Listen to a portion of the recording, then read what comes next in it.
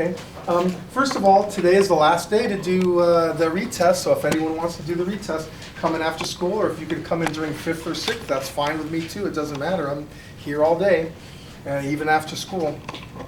We're going to learn 3 facts about torque on static situations. That is, if something is not moving, then there's 3 things you can say about torque on this thing that's not moving. Then we're going to do some problems where, hey, guess what? Free body diagram, some of the forces in the x direction equals 0, some of the forces in the y direction equals 0, except we get a new formula. We get a 3rd formula. Some of the torques equals 0. So instead of 2 equations, we're going to have 3 equations because we have the torque equation. So think of it as being 50% more fun. So here we go. 3 facts about torque on an object at rest. So you've got an object at rest. And if this object's at rest, then there's 3 facts about torque. Fact 1.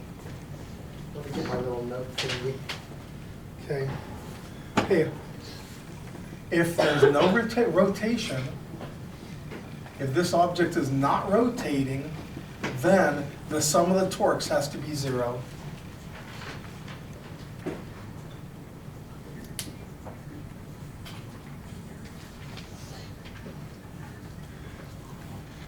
Because if an object has a net torque on it, then you're going to send it into rotation. Torque is defined as twisting force. It changes the rotational motion of an object. If an object has a torque on it, it will spin. No doubt about it. So if the object isn't spinning, there's no torque on it. No net torque. The sum of the torques has to equal 0. Here's the second fact.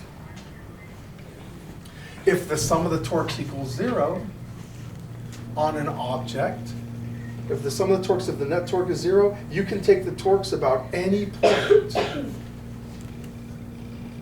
You can take the torques about any point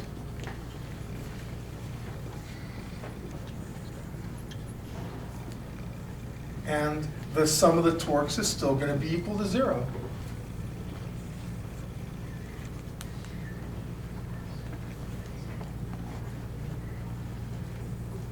This means that you have complete freedom to choose any point on the object as the point about which you're going to take your torques. Because if the object isn't moving, then, if it's not rotating, then the sum of the torques has to be 0, no matter what point you take the torques about. Here, let me give you an example, and don't write this down. This is just something to look at, Let's say I've got this object that's at rest. This is an object that's at rest, it's not moving, and it's got a variety of forces acting on it. It's got all these crazy forces acting in different directions and with different values, okay? But remember, this object's not moving. So if I were to tell you, hey, this is the point of rotation, then what would the sum of all these torques have to be equal to? If it's not moving. 0. It's 0, right? If it's not moving, the sum of the torques about this point is 0. But I got to tell you, I can choose any point as the point of rotation. Let's say I said, oh, nay, it's not that point. I've decided to drive a nail into this thing, into the wall, and let it rotate about that point. Well, guess what? It's not going to move. It's not moving. So the sum of the torques about that point must be 0. Or that point, or that point. It doesn't matter what point you choose. If it's not moving, the sum of the torques about that point is going to be 0. So that means that when you do your torque equation, you get to choose any point you want. Third fact. For calculating torques, quite often we're going to be calculating torques on objects that have size, objects that have volume. And so if I want to know, what about the weight of this object? At what point does the weight on this object act? I mean, I know that the mass is distributed evenly, okay? But I don't want to have to do calculus to figure out where my force should act, the weight of this object should act. So you tell me, if I've got an object and I want to calculate the torque, and I want to talk about the weight of the object, what point on the object do you suppose I'm going to have the weight acting at? Center of mass? Yeah, center of mass, absolutely. And that's what we got here, number 3. For calculating torques,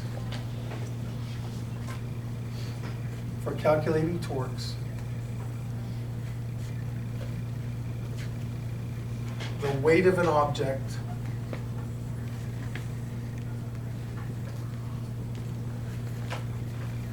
acts at the center of mass of the object. That way you don't have to do any of that crazy calculus stuff. You just say, hey, it's a 10 Newton object, then that 10 Newtons acts at the center of mass of the object. And here in high school land, we tend to have objects that are uniform and symmetrical. So it always ends up being acting at the center of the object.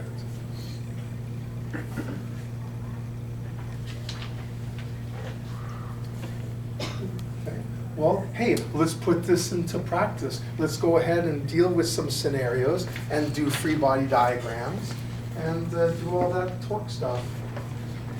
So here we go. I'll just put this right here. And I'll get rid of this.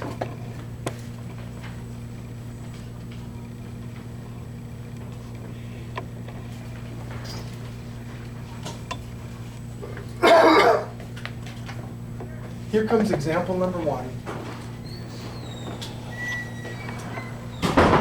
Just 1 second, we got a message. Thank you. Justin, get out of jail free. Oh, nice, it's like right now. Well. Okay. Where do I put a 200-gram mass to balance the meter stick? That's the question that we're going to answer here. Now, let me give you the scenario. Just a second here. Okay. So here's my meter stick. I'd like you to please choose a number between 0 and 50 for me to put my 200-gram mass. What number would you like to choose? 45. Wait, what'd you say, Monty? 22. And you said what? 45. And what'd you say? 49. 49? 49? Like right there? That's actually not that interesting. We'll go with Imani. We'll go with 22. Okay? So I'm going to put this guy at 22. And now, on the other side, I'm going to put a 100-gram mass. Someone else, please choose a number between 50 and 100. 86. 86, okay. 86 it is. So I'm going to put this guy at 86. Alrighty. And so here's the question. Where do I put a 200-gram mass to balance this? And the 200-gram mass is going to have to go on this side, right? Let me do some quick math. That's 28. Yeah. It's going to go on this side. Okay. Where's the 200-gram mass go? Well, let's go ahead and make a free body diagram. Remember, this was at, what was this, at 22? And this is at 86? Okay, great. So, step 1 on all these problems is to make a free body diagram. But the days of big fat dot are over. You're not going to make a big fat dot. You're going to actually have to draw the stick. This is 0. This is 50. This is 100.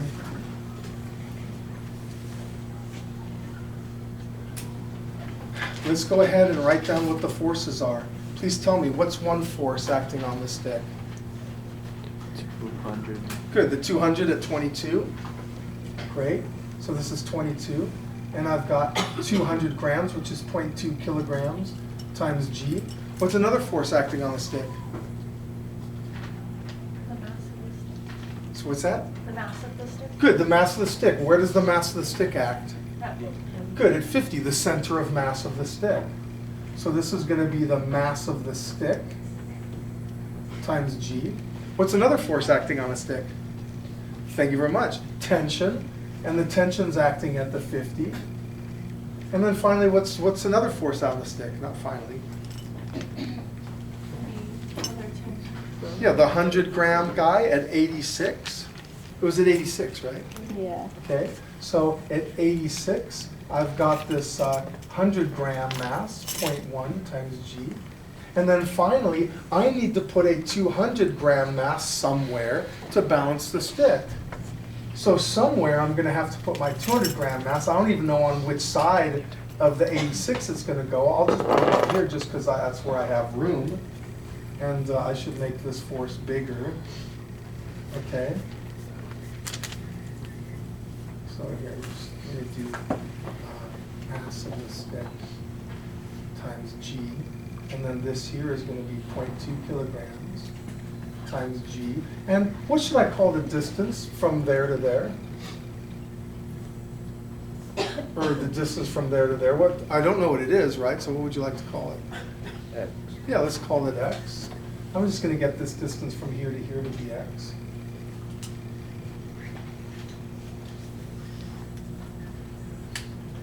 So it's kind of implied by the way I measured x, but you tell me, where do you suppose I'm going to take my torques about on this problem?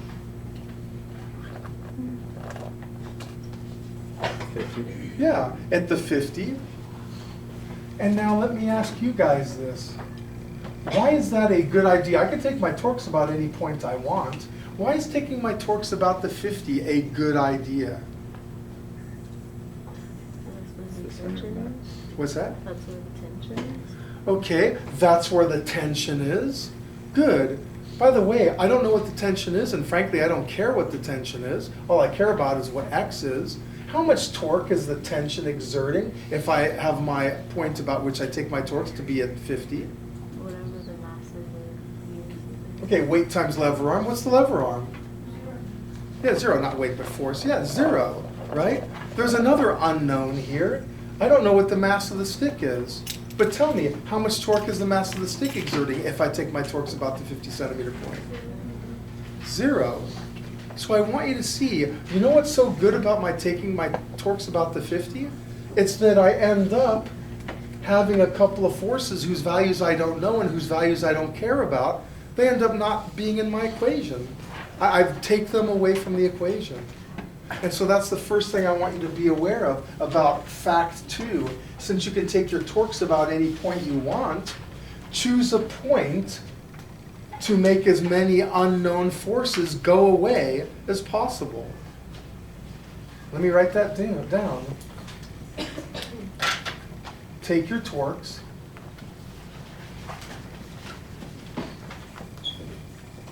about a point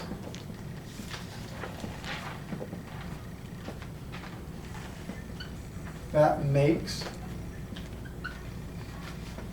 unknown, or lots of unknown forces go away.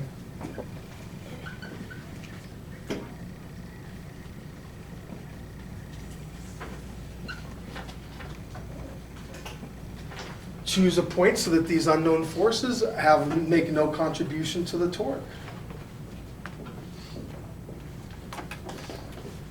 I'm going to call this torque point A, or that point A. And now I'm going to do the sum of the torques about point A equals 0. I get to say the sum of the torques equals 0 because the thing's not rotating. Hopefully, I'm balancing the meter stick so it's not going to rotate. Let's go ahead and do the equation. Let's say I define counterclockwise as positive, and I'm taking my torques about this point. Tell me, this 200-gram mass, is this contributing a positive or a negative torque? How many people say positive? Okay, yay, because what is it doing to the stick? Rotating it counterclockwise, yeah. And so I've got 0.2 kilograms times g times the lever arm. Is the lever arm 22 centimeters? Please tell me, someone tell me, what is the lever arm? It's not 22. Yes, Giancarlo. How'd you get 28? Thank you. It's the distance between the point of rotation and where the force is being applied. So the fact that this says 22 is irrelevant. All that matters is this distance from the point of rotation. So this is going to be 0.28 meters, okay?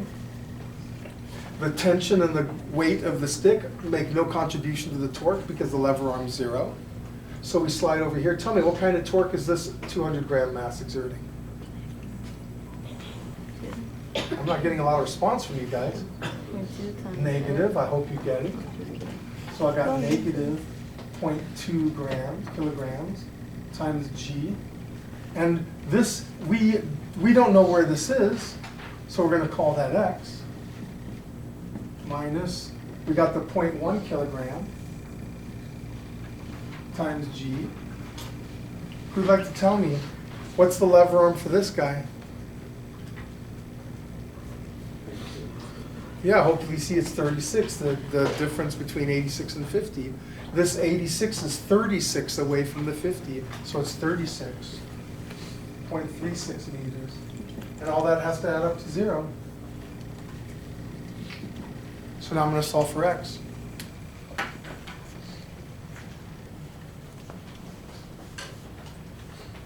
you mind if I cancel all the G's out?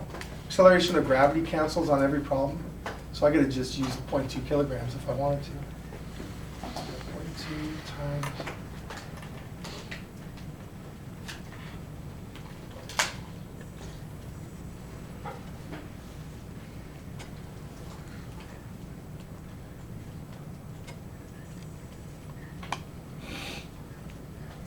Are you guys getting, what are you guys getting?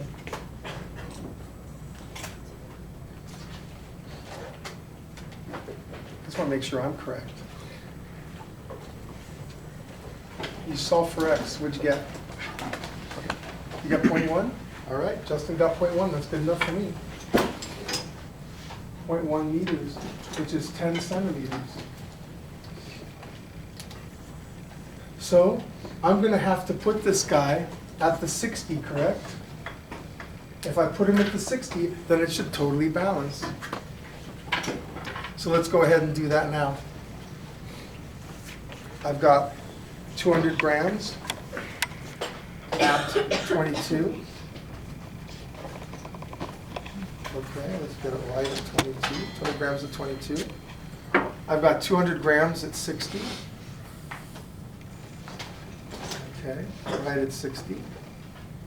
And then I've got 100 grams at 86. Okay, right at 86. Okay. Now, physics predicts that this should totally balance. If I let it go, it should be totally horizontal. Are you ready to watch it? I'm going to let it go, and it's going to be totally horizontal. Are you ready? Okay. It wasn't totally horizontal. It worked. I just want to tell the video audience it actually worked both other periods. I must not be very good at putting these guys correct. Here's 0.6. Here's 0.86.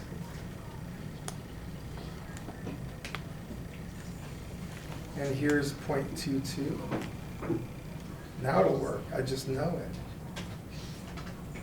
0.22.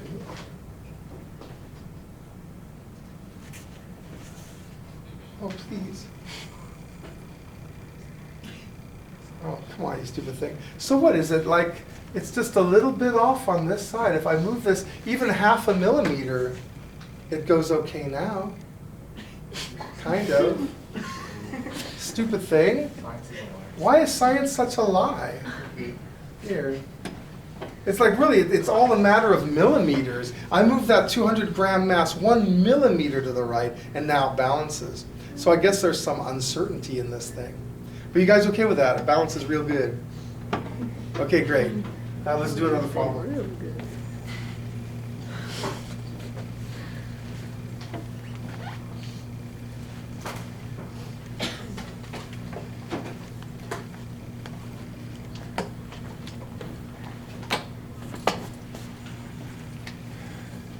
Example 2. Find mass of meter stick. Find the mass of the meter stick. Wait.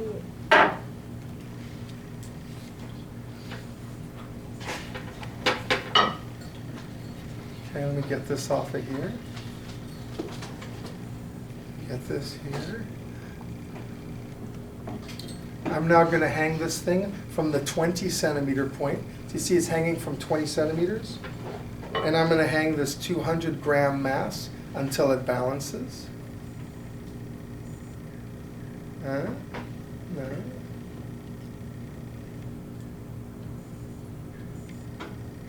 Does that look like it's balancing okay? Maybe I could balance it a little bit better. Move it like 0.5 millimeter.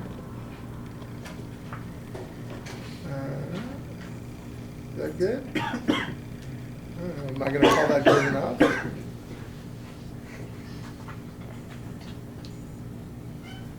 All right, I'll say that's good enough. This is at 4.5.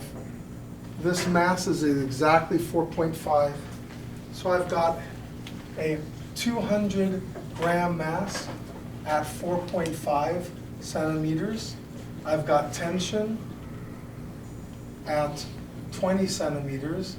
I'd like everyone to please make a free body diagram of this situation right now.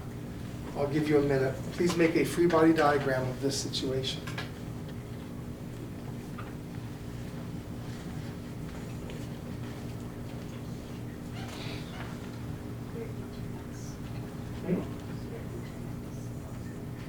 I agree. Yeah. Oh my God. Yeah, I've had that happen to me, you know.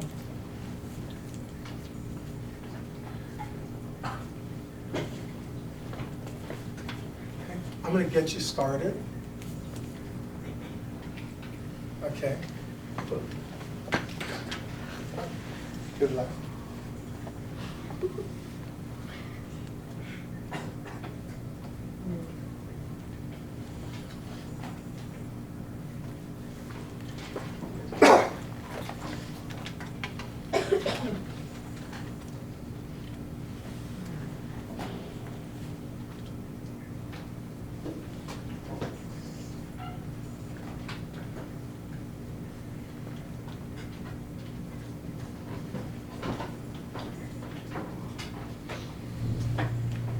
Alrighty, hey you guys, I got the 200 grams at 4.5 centimeters. I got tension at 20. Are there any other forces acting on this meter stick? Yeah, where does that act? Yeah, at 50. It doesn't matter what else is happening to the stick. It doesn't matter even where it's hanging from. The weight of the stick always acts at the center of mass of the stick. That's inviolate. That's something that's never going to change. So the weight of the stick acts at the center of mass of the stick, no matter where I put it. So now here's my next question. Which point should I take my torques about? I'll give you a choice. You're either going to take your torques about this point, or this point. Which is the point that you'd like to take your torques about? Are you ready to vote? Okay. Remember what I recommend. Take your torques about a point that makes a lot of unknown forces go away. How many people want to take their torques about this point? How many people want to take their torques about that point? Oh, yay for you guys. You guys kicked butt on period 3. Well, what's so good about taking my torques about this point? Yeah, Fatima. Yeah, you don't know what the tension is, and frankly, we don't care what the tension is. So let's take our torques about that point. Great. So now I'm going to do some of the torques about A equals 0, and I'm just going to do it. I'm pretty confident that you guys can do this, or I don't know. Yeah, go ahead and do it. Get me. What is the mass of that meter stick now? We're taking our torques about that point. And I'm going to do it along with you, because there's one more problem I need to expose you to before our bell rings, before my bell gets rung.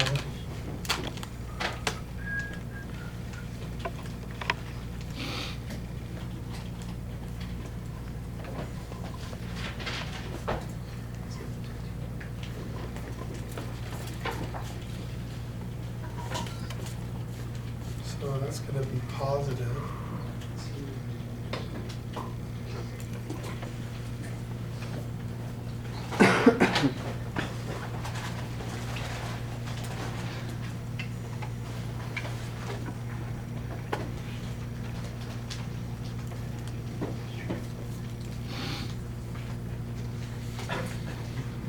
Of course, the G's cancel.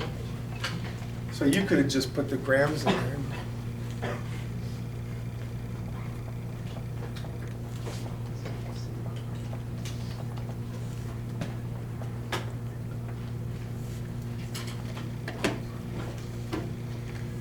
So what you guys getting? How many grams? What'd you get, Justin? In grams or kilograms? Either. 0.103. How many people got .103? Okay, many of you, that's good. Yeah, just do your algebra, and you get .103, actually 103.3 kilograms, which ends up being 103.3 grams. That's the mass of our meter stick that we're predicting. Here, let's go ahead and measure that mass. Here, just a second. I'm going to take this meter stick and put it on my scale and go to 100. And I'm looking at that thing.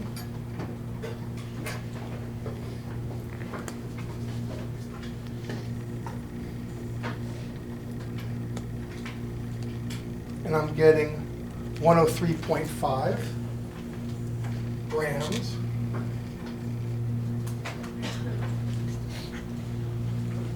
So tell me, was my way of measuring the mass of the meter stick an accurate way to do it? Sure. I mean, I'm only off by 0.2 grams. I'm off by 2%, 0.2%, 0.2%. Okay, hey, there's one more problem I gotta show you guys. I'm so sorry, I've got 2 minutes left, so I'm gonna have to go in fast motion. Here, I got two guys holding up a board, and on this board is a 500 Newton weight. And this 500 Newton weight is 2 meters from one guy, and it's 1 meter from the other guy. If the bell rings, don't leave. I'm so sorry, but I'm gonna have to take up some of your time. This, by the way, this problem we just did is like number 14 of tonight's homework, and this problem I'm about to show you is like number 11 of tonight's homework. So I need to make sure you see it. Look at these guys. I'll call this guy dude number 1, and I'll call him dude number 2, and I want to find the force number 1 and number 2 exert. Okay? Well, first of all, who exerts more force, you think? Guy number 1 or guy number 2? One? Well, in your experience, who's going to exert more force to hold up that 500 Newton weight? Two. Sean, who do you say? I mean, 2. Good. Why 2? Why is he going to exert more force? Yeah, because the weight is closer to him. If you've ever had that experience. Okay, but let's go ahead and actually do the math. Alrighty? I'm going to do the sum of the torques, and if the bell rings, I'm so sorry, but I'm going to hold you here. Here's my last question to you, the last time I'll interact with you guys. Tell me, I've got 3 choices of a point about which to take the torques. Oh wait, I haven't even done the free body diagram yet. Oh my gosh, I'm just moving in fast motion. So sorry. Here's the free body diagram. Here's force 1. Here's 500 newtons. Here's force 2. This is 2 meters. This is 1 meter. I'll only keep you a minute after. Here's my question to you. Which point should I take my torques about? I want to find force 1 and or force 2. Which point should I take my torques about? You guys ready to vote? How many people say take my torques about that point? Okay, 1 of you. How many people say take my torques about that point? 0 of you. How many people say take my torques about that point? Several of you. Okay, can I ask you another question? Why is this point here for sure the worst point to take my torques about? It's the only thing you know. Say that again, Justin. We know it. No? We know the force. No, we don't know the force. Well, I mean, we know the force, yeah. But what happens if I do some of the torques equals 0 about that point? What am I gonna end up with? Two variables. Yeah, 2 unknowns. I don't want that. I don't want F1 and F2 in an equation. So yeah, I'm definitely gonna take my torques about either that point or that point. Here, just a second, we'll call that A. Some of the torques about A equals, okay, this is negative 500 newtons times 2 meters plus F2 times 3 meters. Don't do the mistake that some students made yesterday. And this is equal to 0. And so F2 ends up being 333 1/3 newtons. Alrighty? Tell me, if F2 is 333 1/3, what do you suppose F1 is going to be? What's that, Noel? 500 minus F2. Thank you, 500 minus that. And what Noelle did was she did this. She said, hey, I don't have to do any more torque equations now. I can do a force equation. F1 minus 500 newtons plus 333 1/3 has to equal 0. So F1 is going to be 166 2/3. So I just want you to be aware that after you do a torque equation, do force equations to find out whatever else you need. And that's it. We're done. Thanks. Sorry about keeping you late. Have a good day.